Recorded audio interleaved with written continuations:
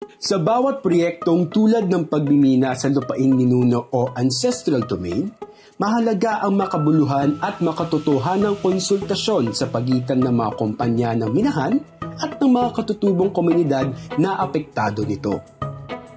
Kailangan ng patas, malinaw, at makataong proseso ng pagkuha ng consent o pahintulot bago ilunsad ang anumang proyekto o programa sa mga lupaing ninuno. Ito ang mga prinsipyong nakapaloob sa konsepto ng Free, Prior, and Informed Consent o FPIC.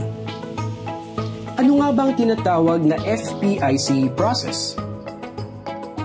Ang FPIC ay isang prosesong natatangi para sa mga katutubong komunidad wala sa karaniwang mamamayang Pilipino na nakasaad sa Indigenous Peoples' Rights Act RA 8371 o IPRA Law. Ito ay nagsisilbing instrumento ng mga katutubo upang maprotektahan at mapangalagaan ang kanilang mga karapatan sa kanilang ancestral domain. Ang FPIC process ay dapat na nakabatay sa kultura, tradisyon, kaugalian ng mga katutubo at naisalin sa lingwahe na kanilang naiintindihan. Ito ay malaya mula sa panloloko at panghihimasok ng iba. Ito rin ay dapat nakalap matapos may pahayag ang buong layunin at saklaw ng proyekto o programa. Ito rin ay naglalaman ng mga mahalagang impormasyon na dapat malaman ng mga katutubong komunidad. Paano natin masasabi na ang isang FPIC process ay makatotohanan at makabuluhan? Para matawag na FPIC ang isang desisyon, ito ay dapat: una, bukal sa kalooban ng mga katutubo ang pagbibigay ng pahintulot sa proyekto ng pagmimina.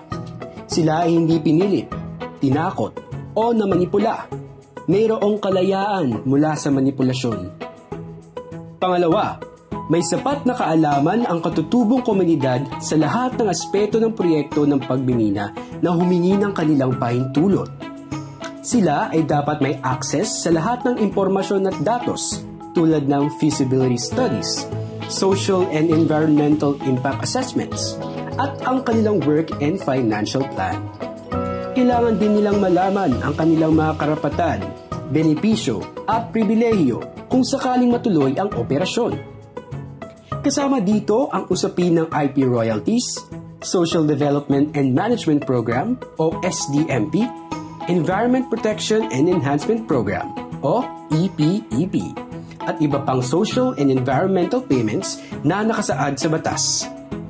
Ang lahat ng ito ay dapat na ipaliwanag sa mga katutubo bago pa man mabigyan ng desisyon. Pangatlo, kailangan na makabuluhang paglahok ang bawat miyembro ng katutubong komunidad. Ang bawat isa ay kailangan na konsulta bago magbigay ng pahintulot.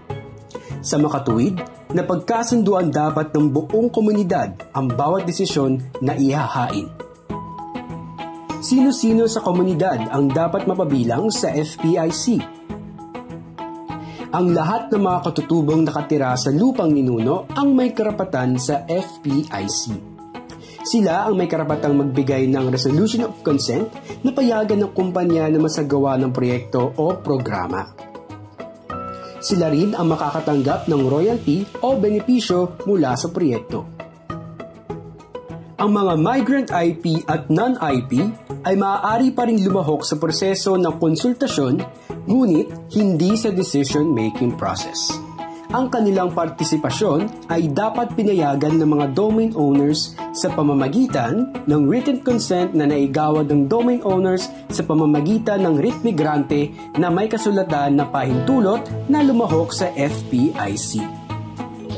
Ano-ano ang dapat matupad bago ibigay ang resolution of consent?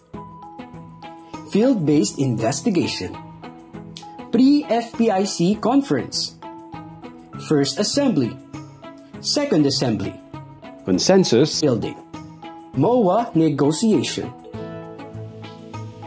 Kailangan munang magsagawa ng negosasyon sa pagitan ng aplikanteng kumpanya at ng konseho ng komunidad.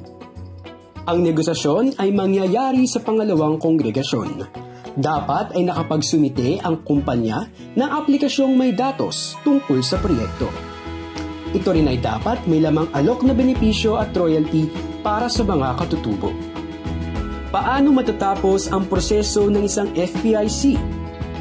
Bilang konklusyon, kailangan may sumite ang 3 legal na dokumento na may laman na kasunduan ng komunidad at ng kumpanya. Bago ipasa, dapat kumpleto ang kaalaman ng komunidad tungkol sa gastos, benepisyo at pinsalang maaaring idulot ng proyekto sa kanilang komunidad. Ang mga desisyon at aksyon na may direktang impluwensya sa buhay ng mga katutubo ay kinakailangan na laging pag-usapan. At higit sa lahat, dapat ay may pagrespeto sa tradisyon, kultura at tamang proseso upang maging makabuluhan, mapayapa at makatao ang bawat negosasyon.